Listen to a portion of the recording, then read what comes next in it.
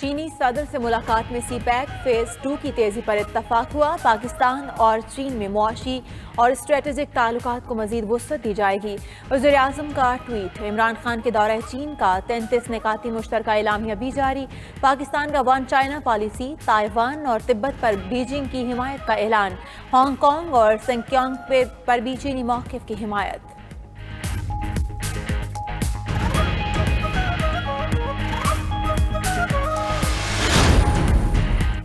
وزیراعظم کا دورہ چین کامیاب رہا۔ ناقدین کو باہمی اور کثیر الجہتی دورے کا فرق معلوم نہیں۔ فواد چودھری کہتے ہیں عمران خان کے خلاف کوئی بھی سازش کامیاب نہیں ہوگی۔ اپوزیشن نے لانگ مارچ کی تاریخ دی ہے تو پیچھے دیکھیں ساتھ کون ہے۔ شاہ محمود بولے وزیراعظم کی چینی صدر سے ملاقات میں سی پیک سمیت اہم امور پر مفصل گفتگو ہوئی۔ عمران خان صدر پیوٹن کی دعوت پر رواں ماہ روس بھی جائیں گے۔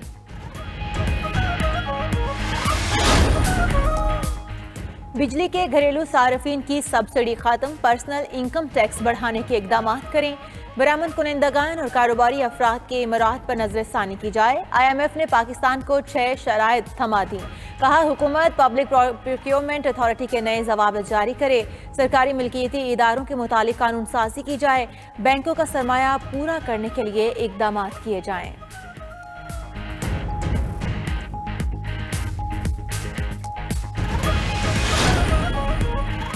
پی ٹی آئی حکومت ہر 4 ماہ بعد بجٹ لاتی ہے۔ آئی ایم ایف کے دباؤ پر عوام پر 1155 ارب کے نئے ٹیکس لگانے کی تیاری ہو رہی ہے۔ اقتدار میں آ کر ان کے تمام فیصلے سمندر میں پھینک دیں گے۔ فضل الرحمان کا ڈی آئی خان میں خطاب۔ میاں والی میں کہا کہ شہباز زرداری ملاقات سے کھلاڑی اور اناڑی خوف زدہ ہیں۔ اپوزیشن غیر ملکی ایجنڈا والی حکومت کے خاتمے کی کوشش کرے گی۔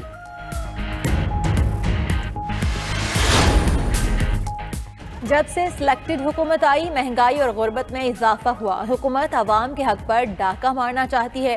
Chairman Peoples Party Bilawal Bhutto کا بلوچستان کے علاقے نصیر آباد میں جلسے سے خطاب۔ کہتے ہیں سندھ کو پانی ملے گا تو بلوچستان کو پانی ملے گا، کسی سے بھیک نہیں مانگتے، اپنے حق کا مطالبہ کرتے ہیں۔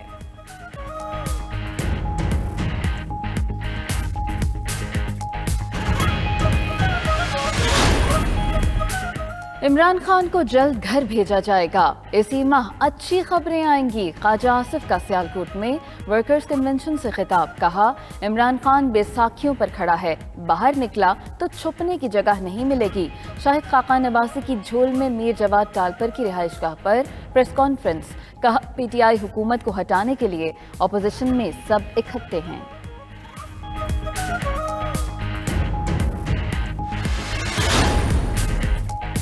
نواز شریف کی مشکلات میں اضافہ، نیب نے 24 سال پرانا ایک اور کیس کھول دیا۔ جاپان سے لیے سوشل ایکشن پروگرام کے $25 کروڑ کہاں گئے؟ نیب نے سابق وزیراعظم نواز شریف کے خلاف تحقیقات شروع کر دیں۔ فنڈز قرض اتارو، ملک سنوارو کے اکاؤنٹ منتقل ہونے کے خدشات، وزارت منصوبہ بندی سے فنڈز کے متعلق تفصیلات طلب۔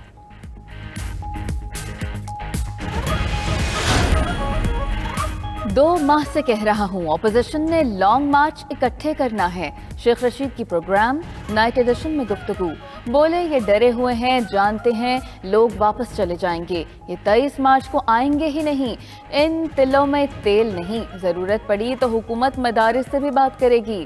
شاہد خاقان سے 22 ارکان کا رابطہ ہے تو دیر کس بات کی؟ نواز شریف کا نسلہ ٹاور گر چکا، شہباز شریف کا کیس سیریس ہے۔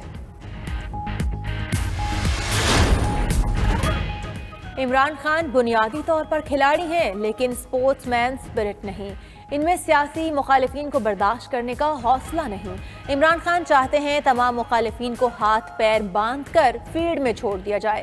صدر سپریم کورٹ بار احسن بھون کی پروگرام 92@8 میں گفتگو۔ مزید کہا ہزاروں لوگ تاحیات نااہلی کی سزا کے باعث سیاست سے باہر ہیں۔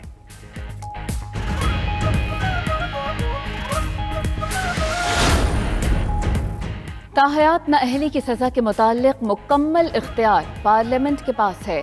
62(1)(f) برقرار رکھنے یا خاتمے کی بحث ہونی چاہیے۔ ارکان اسمبلی کے لیے صادق اور امین ہونے کی شرط مناسب نہیں۔ اٹارنی جنرل خالد جاوید کا پروگرام کراس ٹاک میں اظہار خیال، بولے تاحیات نااہلی کی سزا کا خاتمہ عدالت نہیں پارلیمنٹ کر سکتی ہے۔ ان کا کام نواز شریف کو واپس لانا نہیں، عدالتی حکم پر عمل کرانا ہے۔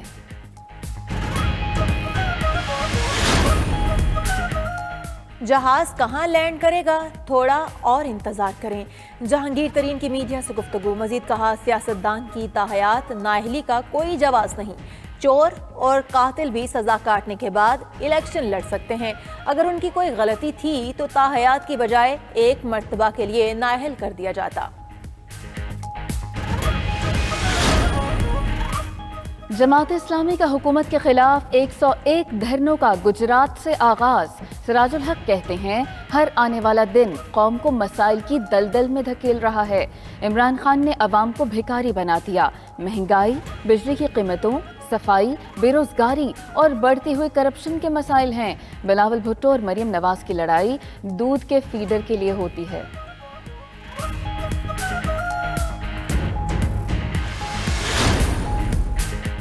مہنگائی اور گیس کی قلت کے خلاف سندھ پیپلز یوتھ کراچی میں احتجاج۔ سعید غنی کا کہنا ہے 27 فروری کو بلاول بھٹو زرداری کی قیادت میں مزار قائد سے لانگ مارچ شروع ہوگا۔ بلاول بھٹو جیسے ہی لانگ مارچ کے لیے پہلا قدم اٹھائیں گے، عمران خان کی پہلی سیڑھی گرے گی۔ یقین ہے اسلام آباد پہنچنے سے قبل ہی عمران خان گھر چلا جائے گا۔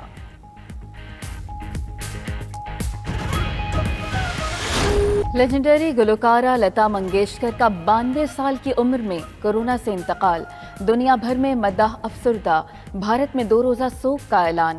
وزیر اعظم عمران خان کہتے ہیں لتا منگیشکر کی وفات سے برے صغیر عظیم گلوکارہ سے محروم ہو گیا۔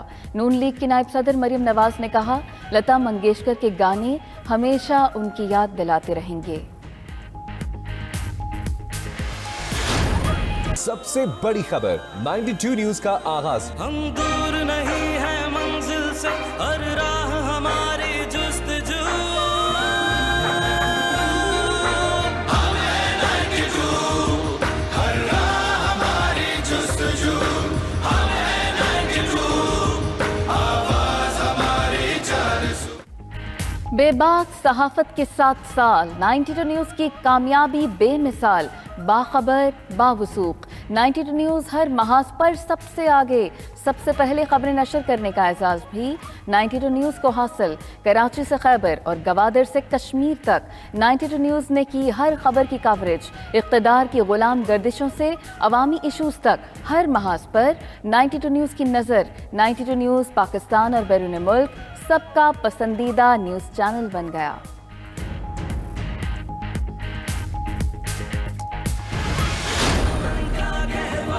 دنیا کو یہ بتلائیں گے، یہ وطن امن کا گہوارہ، دنیا کو یہ بتلائیں گے۔ مجبور نہیں آزاد ہیں ہم، ہوگا نہ کم جوش و جنون۔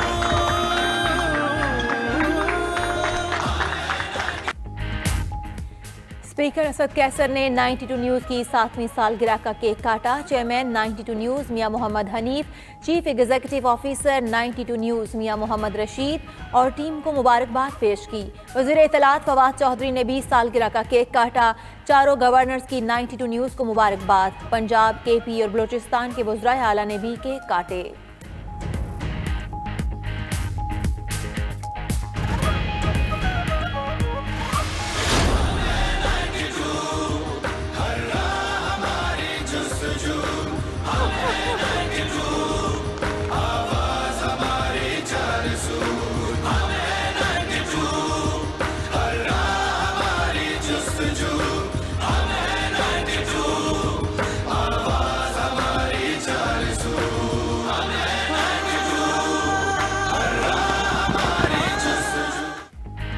نائنٹی ٹو نیوز کی 7ویں سالگرہ مرکزی تقریب ہیڈ آفس کے نیوز اسٹوڈیو میں سجائی گئی۔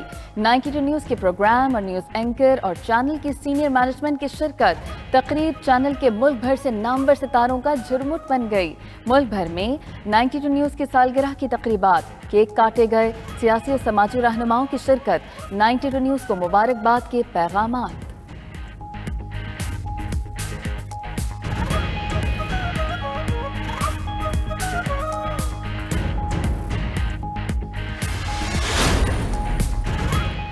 کراچی میں پی ایس ایل کا پہلا مرحلہ آج مکمل ہوگا۔ اسلام آباد یونائیٹڈ، پشاور زلمی اور ملتان سلطانز کی ٹیمیں آج لاہور پہنچیں گی۔ لاہور قلندرز، کوئٹہ گلیڈیٹرز اور کراچی کنگز 8 فروری کو لاہور آئیں گی۔ ٹیمیں ہائی پرفارمنس سینٹر اور L C C A ground میں ٹریننگ کریں گی۔ پی ایس ایل کا دوسرا مرحلہ 10 فروری سے لاہور میں شروع ہوگا۔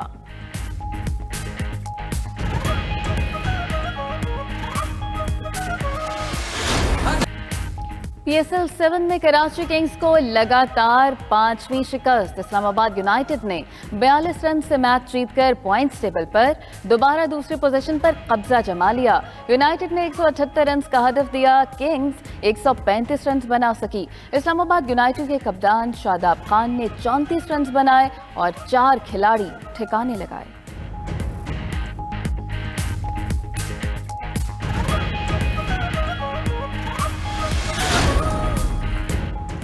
کینسر میں مبتلا سابق مسٹر ایشیا یحییٰ بٹ انتقال کر گئے۔ یحییٰ بٹ نے 1994 میں مسٹر ایشیا کا ٹائٹل جیت کر پاکستان کا نام روشن کیا۔ یحییٰ بٹ نے 3 بار مسٹر ایشیا اور 5 بار مسٹر پاکستان اولمپیا کا ٹائٹل اپنے نام کیا۔ یحییٰ بٹ کی نماز جنازہ آج صبح 10 بجے لاہور میں ادا کی جائے گی۔